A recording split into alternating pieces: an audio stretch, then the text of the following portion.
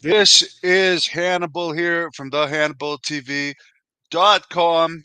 Today we have an interview with an independent wrestler who's wrestled in several places throughout the U.S., but he also works with troubled youth.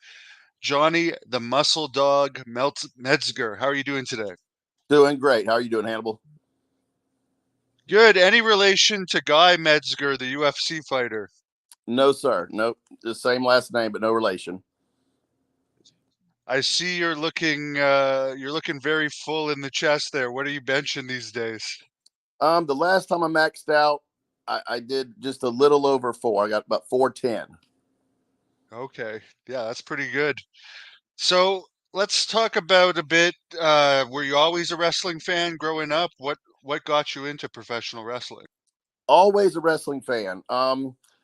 When I was younger, as I got older, I still liked the sport, but actually became a fan of some of the characters more than the actual sport. I became a big fan of Stone Cold Steve Austin when he hit the scene, as a lot of people did.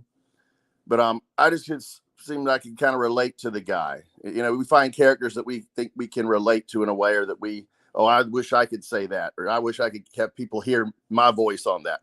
And of course, Stone Cold was a voice for a lot of people that felt that way. Maybe the underdog that's been held down. But so what I did, the way I got into it. Let me back up a minute.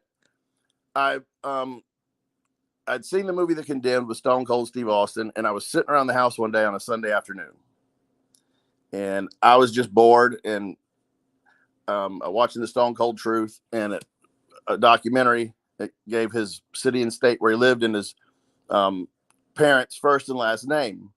And this sounds crazy, stalkerish, but just for fun, to entertain myself, I thought I'd dial the area and just see if I could get a hold of his fam. Just I'm a big fan, and I didn't really think I get a hold of anybody, but I actually did get through and got to talk to his mother. She ended up sending me an autographed picture.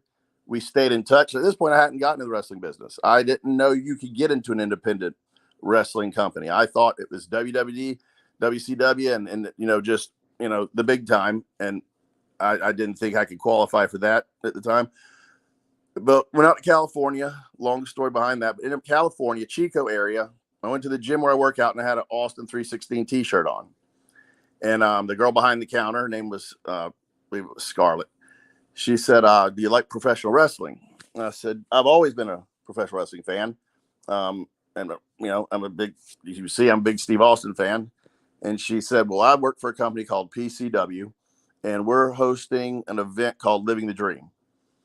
And if you try out and win, you get a year of free training, plus, a chance to turn pro and wrestle events and maybe be on TV. And who knows, maybe the big time. And the big timers scout our federation all the time. And who knows?"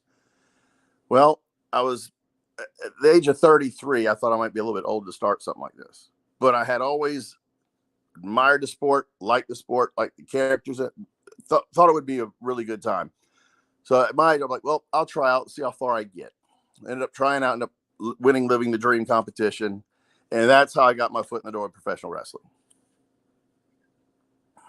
And of course, you ended up meeting Steve Austin, and that's pretty cool that you just randomly call up his mom and the mom is polite. That's typical Texas hospitality. But what's the story behind this picture here? Okay, this is the first time I got to meet Steve.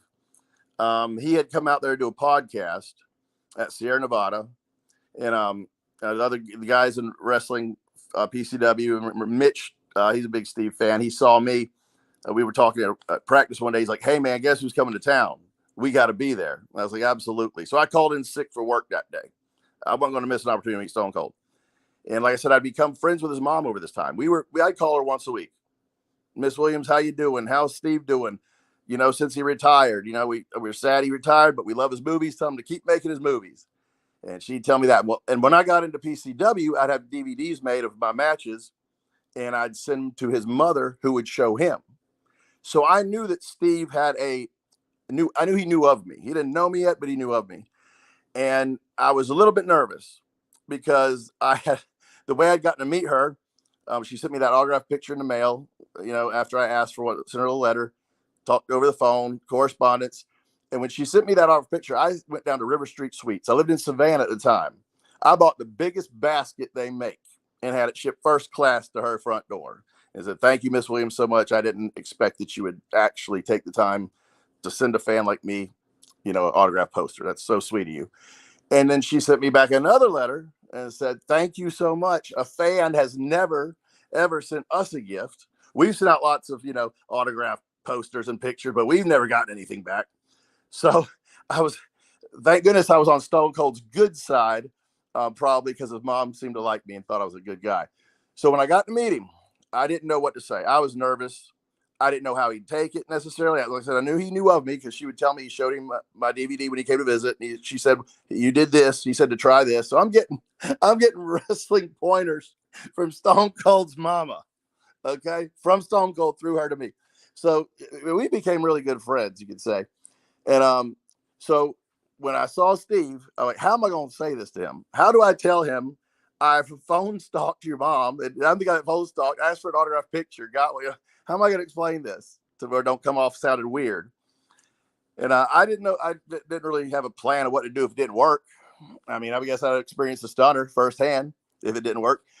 But I went up and I said, hey, Mr. Austin, my name's Johnny. And I just said, I'm the guy that talks to your mama once in a while. She's a real sweet lady. And he was signing an autograph and he stopped mid-sentence and he looked at me and he said, "You the guy that talks to my mama?" I said, "Yes, sir." He shook my hand, gave me a half bro hug, said, "My mama says you're the nicest guy she's ever met." And he laughed and smiled. I said, "Oh man." I said, "You don't know how happy I am to hear you say that." So because his mom was fond of me and we had a good relationship and she thought I was a nice guy, she's just the sweetest woman you could ever meet. And so I was on Steve's good side. So we talked for a while and had a few laughs. And I'd love to meet the guy again. I mean, he's a really down to earth, good old boy. When you meet someone famous, a lot of times, and I hear people say it's usually a letdown, like what you perceive them to be isn't nearly what they are when you meet them. And you're always like, gosh, I didn't think maybe they're kind of rude or standoffish or too big time to deal with you. But Steve was just what I thought he would be, but even nicer. And he's so respectful. I asked to get a picture with him. My wife at the time, she wanted a picture with him. I said, "Absolutely, go." And Steve wouldn't. He's like, "No, Johnny, you put her in between us. She'll make us look pretty." I mean, he wouldn't take a picture by himself with my wife. I just thought, what a respectful, good guy. So that was my experience meeting Steve. I said I admired who I thought he was, and then I got to meet him, and he turned out to be just as good, if not better. So it was a really good experience. Yeah, I've never met him, but I talked to him on the phone once, and he doesn't seem to have an ego, and he seems very down to earth for sure. Absolutely. So, who was your actual trainer in professional wrestling? That would be Zach Reeb, Mr. Primetime. Zach Reeb, he was the trainer. And so, the first day went out, like I said, I tried out for, the competition, Living the Dream. And like I said, I did not really expect to win. I was 33, going on 34, out there a bunch against a bunch of teenagers, guys in their early 20s. I stayed in, I was in the gym all the time, so I was, had the gym strength, but I didn't know if my cardio was going to be what it needed to be. I didn't know what I didn't know what the trials and tests are going to put on us to see if we could pass for training. So it was about 20 guys out there at the PCW work farm, and about 20 guys or so, and they're going to have some events you got to do well in to be the final four. They're going to pick final four that day. And I'm looking around all these young guys, and I could tell, I think pretty much I got most of them in power, but I don't know about endurance and conditioning. That hadn't been my focal point up to this time. So we had to run the mile. They timed me on that. Had to do all sorts, push-up contest, hold the squat position, and they would team you against, pin you against the person they thought could beat you. Or if they had the big guy and the smaller guy, they'd have you hold squat stance for see how many seconds you can hold that. And that, the bigger guy maybe excelled at other events, but they ain't gonna let you get out of their cocky. At least that's the wrestling business. When you're new, it's time to put up or shut up. and they gonna try to humiliate you, and arrogance will not be tolerated. So I had done really well at all the events, except maybe the mile run. My time was like 10 minutes. I was 240-pound weightlifter. Cardio wasn't perfect, but the other events I'd excelled in, all the strength events they put in front of us. And then they thought they were going to humiliate me. They put the smallest guy in the ring with me, and we were supposed to grab the middle rope, hold the squat position for as long as we could. And they kind of thought, big guy, he's not going to hold his weight. He's not going to make, this event will show him up. The little guy, he wasn't used to doing squats. And, I know Hannibal, if you're working out, squats isn't always about your power. It's about being flexible enough to get into the position to do a squat, to get to parallel or below. And this kid had never really worked out, and his hamstrings were too tight, and he just fell right over after like 5 seconds. He couldn't hold the position. Well, the record had been 2 minutes and something, and the camera guy was there taking pictures, and I was just gonna say I'm gonna beat this record. They thought they were gonna humiliate me. I'm gonna show them something different. I ended up holding the squat stance for about 4 minutes, and anyway, they come to me later and said, "Man, we thought we were gonna humiliate you with this move because you don't look like spent much time on the squat rack, and you're just big guy, heavyweight. We didn't think you'd do too well." But anyway, so I made it to the last 4. And so then we had a month of who would make the most practice sessions, who could get the most online votes, who could sell the most tickets, and who is the best athleticism, most physically prowess, you could say. So it was based on all those 4 angles. But the final way you had to win, and no one knew this was coming. They had an event, Chico, California, and mid show they had me and the 3 other runners up announce our ticket sales, announce our online votes, and they had whittled it down to me and another up and coming wrestler, JJ. He was about 6'4", close to 300 pounds, big mountain of a man, and he had 90 friends in the audience because he's from that area and a popular guy, and so he had about 90 people, supporters in the audience for him. I had about 3. I was brand new to California. Lived in Oroville. I knew my ex-wife and her parents, and that's the extent of the people I knew at this moment in time in that area. So I didn't have any crowd backing. I didn't have any home field advantage like he did. So I thought for sure he's going to win. And the PCW thought the same thing too. Backstage, they had said, okay, we know JJ's going to win. He's got 90. We sold 90 tickets to friends and family. He's getting this because it's based on the audience participation and who they want to win. So down to me and him, Scotty Aboot, youngest PCW champion in history, great guy, love him. He says, all right, now to see who wins Living the Dream, we're going to ask each of these contestants to cut a 1-minute promo. Based on that and the crowd reaction, that's who's going to win this event now.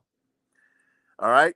You know how that promos can go really good or really bad. If you don't know what to say and there's crickets, it's over. You don't win the crowd with your voice, with your charisma, with your character. You got nothing. I don't care how big and strong you are. You got nothing if you can't do that. But they said JJ's going to go first because he sold 90 tickets, and they just, they thought he had it. They'd already arranged to give him the trophy and everything. He made the biggest mistake you could make in the wrestling business. He took the mic when they handed it to him, and he begged for votes, for cheers. He said, I'll never forget it. He kind of bent down. He said, please cheer for me. I've always wanted to be a pro wrestler. And I'm not knocking the guy. I love JJ. We're good friends. But that was the wrong approach. The crowd started booing. They started booing. I didn't hear, he had 90 friends and family. I didn't hear any applause, really. A couple diehard friends, I think, were trying to clap and encourage him on and get the crowd to vote for him, but it didn't work. I'm sitting there thinking, okay, now's my chance. Now I can win this thing. So Scotty handed me the microphone and said, you got 1 minute. Well, I went on a rant because people have been making fun of me online, saying I'm on the shady side of the hill. This old man's going to start at 33. He's not going to make it. Just running me down. You expect that. But I used that in my promo. I said, you naysayers say I'm over the hill. I'm on the shady side of the hill where I'd like to see you get in this ring. And, I just went on and on, quoting stuff, and got to a minute. And Scotty yelled, a minute's up, getting the mic back. And this is where I knew I'd turned it up. I said, I'm going to do what my hero Steve would have done to Vince McMahon. He ain't giving the mic back till he's dang good and ready. So he went to take the mic from me. I said, I'm not done yet. and I kept ranting and pacing back and forth in the ring. And he didn't know what to do really. He just we weren't expecting that. And me being a greenhorn and not being just a contestant, I'm telling the champ, the head of PCW or one of the heads of PCW, I'm not done yet. Woo! I was putting myself at serious risk, but the crowd loved it because they could see they could tell that wasn't what was planned. Scotty looked like he wanted to kill me. He highly insulted, and really he didn't appreciate that at all at the time, but it made the crowd go nuts. So what are we in the business for, right? We want to get the crowd hyped up. The same old stuff, flatlines. You gotta think outside a little bit. And like I said, I wasn't thinking outside so much. I just do what Steve would do to Vince McMahon. And so the crowd went crazy. They were all hyped up, and I ended up. Backstage, Rick Luxury heard the crowd participation, and he said, "No way! You better give that trophy to Johnny. He won the competition. You give it to JJ. They're gonna know we'd already decided before the competition was over." So he said some outright. They had been told, the brass had been told to give it to JJ King. We know he's going to win. And so then Rick Luxury had to send a messenger to say, "Hey, no way. We do that. And we have pandemonium in here. They're going to riot because they know it was fixed." So, in the long and the short, that's how that came about. So in your career, have you worked with any ex-WWE wrestlers? I didn't get to work with the closest to working with them was I got to tie up with Stone Cold a few times, and it's just a tie up. Just kind of they showed me a few things, but that's the extent. I didn't get in the big time like you. I was just a circuit wrestler, local events. Make $50 to $100 on a weekend. I at my age, I was in the process of adopting a little girl. Life on the road wasn't something I really, thought to do, but I loved the sport, loved doing it. And PCW was a platform where I could do it, be on local TV, walk through Walmart, have a little kid run up, want your autograph. I mean, you're living the dream. You're getting to do what you wanted to do, but thought you never could because thought, to be honest, for most people, WWE is not a reality. I would never say anyone they can't do it, but you put your mind to it, go for it, accomplish anything. But in reality, by the middle age, WWE was probably not possible. But I could wrestle on the PCW platform, have a great time doing it. Made some of the best friends I ever had in my life. Talked to Shoop Shellhammer just yesterday.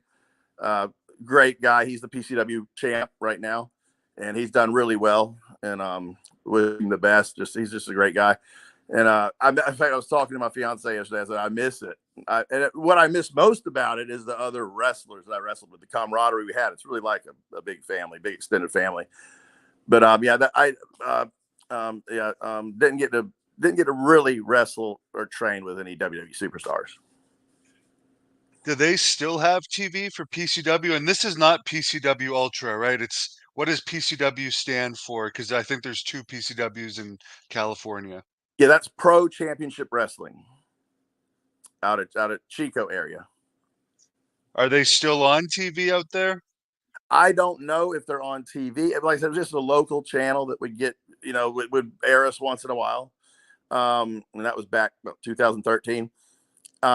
I know they're still wrestling. I keep in touch with the guys through Facebook for the most part. I call, text once in a while, but I don't know to what extent they've advanced or if they've advanced. And I don't know if they're still on the local channel or not. So you work with troubled youth now. Were you doing that at the time you were still in the ring? No, sir. No. Well, actually, yes. Yes, I was a campus supervisor at Orville High School. And, my first day there, I'll just tell you how I got into counseling youth or feeling like I'm not a youth counselor. I don't have the degree, but I'm a youth counselor. With a degree or not, I'm a youth counselor. But a girl came to me at high school my first day working as campus supervisor, which you write detentions, you write tardy slips, you open lockers and find drugs. You're kind of like a school cop kind of. But what I've kind of fell into more is I felt like a counselor, and because kids would come to me, and I guess I was approachable, and the being a wrestler had the street cred. Okay, all the kids love that. Okay, that breaks the ice, but then they get to know you, or do they like you or not? You could be a jerk. You don't know. But I've always kind of had a mindset, and I'm a big kid. I'll be honest, I'm 47 now, but I think I'm a boy trapped in a man's body. So I think I can relate to kids, but I have the life experience. So one girl at school, she was dealt a bad hand, put it that way, but she was just as nasty as can be. I mean, just hateful acting. First day as a campus supervisor at Orville High, she walks up, she said, looks dead at me and says, "You're stupid, you're ugly, everybody hates you, nobody wants you here." And that's my introduction to being the high school campus supervisor at Orville High. And I thought for a second before I said anything, because I'd see the other staff, they would not put up with it. They just couldn't stand her around. She was just not pleasant. Before I responded, I thought, I don't think she means there's something going on here. So I stopped. I said, "Hey, kid, what did you really want to tell me about? Because that wasn't it." And she didn't know what to say. She stopped. She was expecting me to come back with something mean or hateful, and I didn't. I was polite to her and nice to her anyway.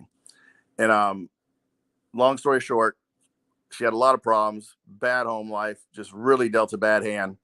And there wasn't much I could really do, but I could be a listening ear.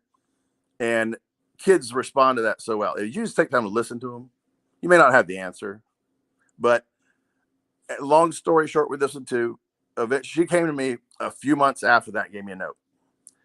And in her note, she said that she had been planning to kill herself and she was dead set on it that day. But me speaking to her and being kind convinced her not to do it. Since then, I've thought to myself, well, I can make a difference in kids' life just by listening, by being kind, no matter what they might say to me, how ugly. So I really love the job as a campus supervisor. I've been a foster parent. And once again, the job I'm at now at the youth home, I didn't find it. My fiance found it for me. She said, "Hey, they're hiring here." I just recently moved to Vidalia, Georgia from Savannah, and didn't really know what job I was going to do. But knew I liked working with youth. That's what I'm good at, talking to troubled youth. That for whatever reason, maybe I'm a troubled adult, but for whatever reason, um, that's what I seem to be good at. And my fiance said, "Hey, here's a job for you," and I went down there, talked to the man, and so that's what I do now. Love the job. These kids, they've been through some stuff, but once again, just letting them know you're listening to them for real, and then letting them know you're concerned and care. Hey, that's more than half the battle right there. A week ago today here in Ottawa, Canada, we had like a high school stabbing where a kid died. We don't have like police in high schools or security guards in high schools around here that much. What's the worst situation you ran into while doing that kind of work? Wow. The worst situation that comes to mind, there's a student there, a big kid, basketball player. He was very abusive to his girlfriend. She'd have bruises on her all the time. He actually punched out one of the teachers and punched out the principal. How he was still, and somehow he got back in the school. It was still there. Um, I couldn't stand the guy. I got along with most all the students. I was very well received after the initial, getting there. Me and this guy clashed because I would try to correct him and he wasn't having it. One day he was in the hallway. I caught him hitting his girlfriend in the hallway. No staff was out. Teachers weren't out. I was just walking through the hallway going somewhere, and they were in the hallway alone. And other times I confronted him. Teachers were always around, principals around. I had to be censored in how I acted and what I said. But this was the time it's like, okay, you know what? I'm going to confront this guy, and he's going to see the muscle dog today. He's going to see the muscle dog. He ain't going to see the campus supervisor, Johnny. He's going to see Johnny the muscle dog, Metzger. So I got in his grill. He started yelling. They know you can't touch them. Kids, they know. So they have that safety shield, safety net there with them. They say whatever they want. But you can defend yourself if you're being attacked. And when he realized I wanted him to attack me so that I could submit him, then he got nervous, and it was ugly. I mean, it was ugly. It was ugly. He once he realized what I wanted to do. He got choked. He kind of cried a little bit. I broke him down. He wanted to go to the principal's office, talk to the principal. I said, "Yeah, let's go. You punched him out last week. He ain't gonna help you." He cried there. Yeah, I really broke him down. But then the next day was a Saturday school. His girlfriend had it, and he was going to go in there. He wasn't supposed to be in the class. So I said, here we go again. I hear him in there yelling at the teacher, cussing, yelling. Here we go again, round two. When they're said, I can't remember his name now, but I said, hey, you're getting out of here one way or the other. He looked at everybody and said, forget y'all. I'm hanging out with Johnny. And he came up like he's my buddy. Now, me and this kid had just about, come to blows the day before. And he'd been crying, upset, but now he acts like I'm his friend. And I said, interesting. So we took a little walk. I said, hey, man, what's going on? Let's sit down right here. There's a bench there in the quad. So tell me what's going on with you. Why do you act this way? And he just broke down. He started telling me his dad had recently been killed in a knife fight. He got stabbed to death. His mother died. He was living with his grandmother, and she was very ill on her deathbed, basically. He didn't know where he was going to go. He was just acting out. He was angry at life. And, at first sight, first glance, you think, man, this is just a bad seed. This kid needs his behind whipped. And maybe he did need his behind whipped. But once I expressed a little bit of concern, oh, man, he's my best friend. And after that, he acted different. He had a different air about him. He was more pleasant, smiling. Yes, sir. No, sir. I mean, the kid really turned around. I was just mad at him. I just wanted to break his spirit. I thought he was a little punk that needed his behind whip. But after that day, we were buddies. His girlfriend was smiling. He didn't put bruise on her anymore. He acted happy. I don't know. I wouldn't think just for that one incident that would make such an impact. But me just having to say, hey, what's wrong, and showing some concern, it made a difference. So that, once again, that's what I like to do is work with youth, and particularly troubled youth that need maybe a mentor or a father figure or someone who's done rest, something that they relate to, look up to. In the youth home, I haven't had any real bad instances yet. One kid did have a knife on it. He got a knife somehow from the kitchen. How he got it, I don't know. And he had a knife on him. He didn't do anything with it, thank goodness. But I took, I put him on. I ended up pinning him down, taking a knife. He was attempting to do something, but I stopped him pretty quick. So it didn't turn into anything substantial or bad. But those are the things just off the top of my head. Yeah, I used to actually work in a group home too, but it was with people that had development disabilities that were basically psychotic, so they couldn't go to jail because they weren't being able to be found mentally responsible. But I think it was pretty similar to that. You really had to watch that they didn't get their hands on any weapons and so forth. Do you still watch wrestling at all? What do you think of today's product? You know, I look at it every so often. I don't watch it like I used to. Big part of it is my schedule. I'm usually at the youth home and the prime time from like 4 to midnight shift a lot of times. So I miss a lot of the events, but I have not really kept up with it. What I think of the last time I saw it, what I think of it, I just didn't see any characters that grabbed my interest. I mean, the athleticism is off the chain. I mean, off the chart. I mean, they're awesome, awesome athletes, awesome, spectacles to watch. But as far as the character build, and maybe there is that I have missed, but the characters that I have seen, I just couldn't find myself relating to or being interested enough to want to see how it pans out or what's their story. Maybe I needed to watch more of it to get back into it, but I just don't see the characters um, or they're kind of one dimensional, not like the characters back when I felt I was watching it. The last one I think that could, I say, really would pull me in when I see it on TV and I have to sit down and watch and see what this guy's going to say, and I don't want to miss it. That kind of, you know how it is when it's really got you hooked in and you're interested. The last one I remember that really did that for me have been Eddie Guerrero. I know that's taking it back a ways, but Latino Heat, lying, cheating, stealing, and you're being very rude, Ray. I'm gonna tell about Dominic. I mean, that really, I just found that hilarious and really did it really well. But I have not kept up with it for pretty much for that scheduling, and well, I could DVR it, but mostly because I don't find the characters that I don't see any characters that I can really relate to or I find very amusing. A lot of wrestling is the humor. I mean, if the guy can make me laugh, I think of Santino Morello off the top of my head. The guy cracked me up. Everything from his intro, just the way he was, the way he acted, the stuff he did, thought he was hilarious. But I just haven't seen any characters that really draw me in. Yeah, it seems like they're playing characters more now that whereas before, like you knew Roddy Piper and Ric Flair were like their characters, as we just saw from Ric Flair last week, pretty much playing his heel character in the restaurant. And now I know you're a big guy. For me, like watching AEW, for instance, there's so many small guys.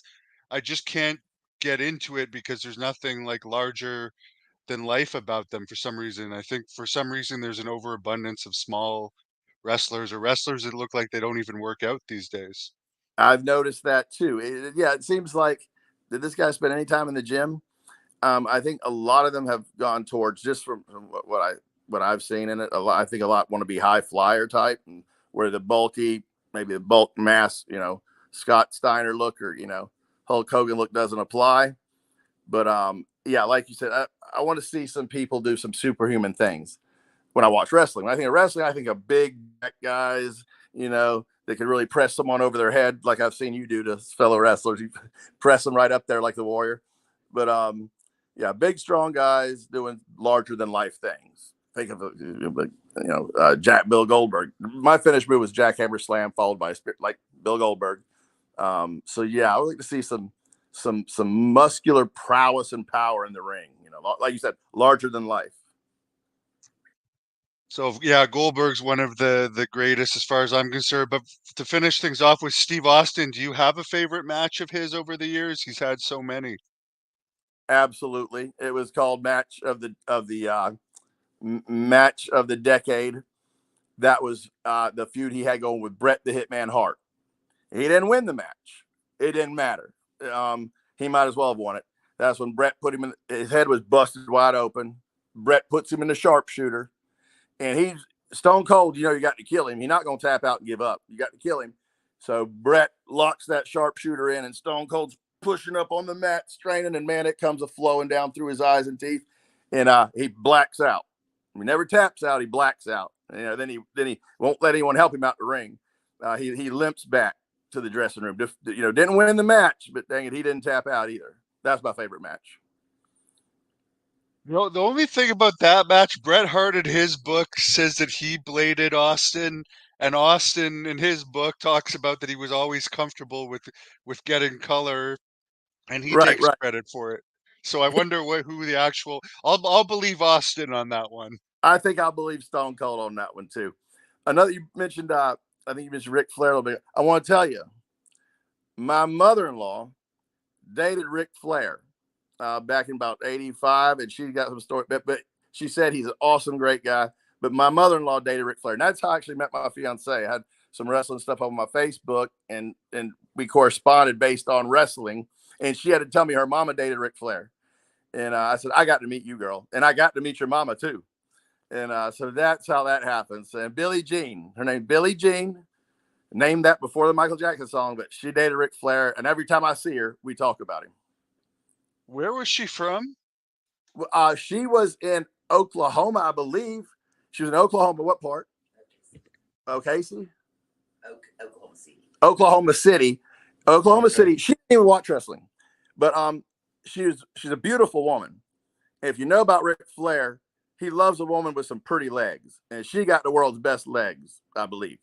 And her sister told her she was going through something with somebody, and she was kind of down and out, if I'm not mistaken. And her sister said, "Hey, I got tickets to the wrestling show. Let's go." I got ringside. She had ringside seats, but she'd never watched wrestling. She didn't know who Ric Flair was. Ric Flair at that time, he was not well known. He was famous, like he's now, just famous. And to not know Ric Flair, you had to have lived in a cave somewhere. But she didn't know Ric Flair. They're sitting ringside, and Ric Flair, he's the main event, of course, and he's seen her legs from the ring. And when he went backstage, he sent one of his buddies out and said, "Tell that lady I want to take her on a date." So they come run out and said, "Ric Flair, the champ, he wants to date. He wants to take you out for dinner." And she didn't really know anything about wrestling. Didn't know who he was. Didn't just some guy that wrestled. Some guy that in his underwear got in the ring and beat the snot out of some other guy. Who's Ric Flair? Everybody else was going crazy, right? But she didn't know who he was. But she agreed to go out on a date with him, and she went. They had a blast. She ended up dating him for a while. She said he'd fly to Japan, call her from Japan, say, "I had a dream about you last night." And she has just nothing but good things to say about him. So once again, another wrestler that's actually a good guy. What year would that have been? What What year era was would that? that have been in? I was in sixth grade, and I'm 53 now, whatever that figure to be. So that'd been about 80, 84. Oh Early, wow, right in the prime of Early his 80s. career. Yeah, it was early 80s, early to mid That's 80s. pretty cool. Yeah. Any other stories she told about dating Flair that you could share with us? Um. What's one of Mama's stories about Ric Flair? She said that, like I said, she didn't know who he was. So she's walking down the street holding Ric Flair's hand and don't know who she's with. So people are, of course, mobbing him. He was promoting some event there in Oklahoma City. He was there promoting, and he'd just take her wherever he went in a limo. And she knew he was something, obviously, but everywhere they went, people would come up to him, of course, wanting his autograph, wanting to talk to him, wanting to wrestle him. And she said she started to realize, well, this guy is somebody. But she just said he was just a really nice guy, always polite. Um, Looked after when the crowd would come up. He kind of put her. He'd physically protect her from whoever might. You never know who's going to walk up and put his arm around her. She said just he was very protective, very sweet. With it, very attentive. And when he flew to Japan, he'd call her, check on her, tell her I had a dream about you last night. And but he didn't get any fights with spectators or anything like that. It was just everyone. He was well received. Everybody wanted to talk to him, get a picture, and she just didn't realize who she was with at first. But and buying drinks for the house everywhere he went. Of course, that's Rick buys the bar out. Everybody here is drinking on the champ, and she just basically everything we know and love about Rick. That's her experience. If your wife could hear, what would have been the best gift that he bought her? Because he was known for buying people gifts as well. Oh! Do you know what Rick bought her? I don't know. Oh, that diamond tennis bracelet. How do you say it? Tennis? Is that called tennis bracelet? Oh, a diamond tennis bracelet he bought her. It was one of the things. That is very cool.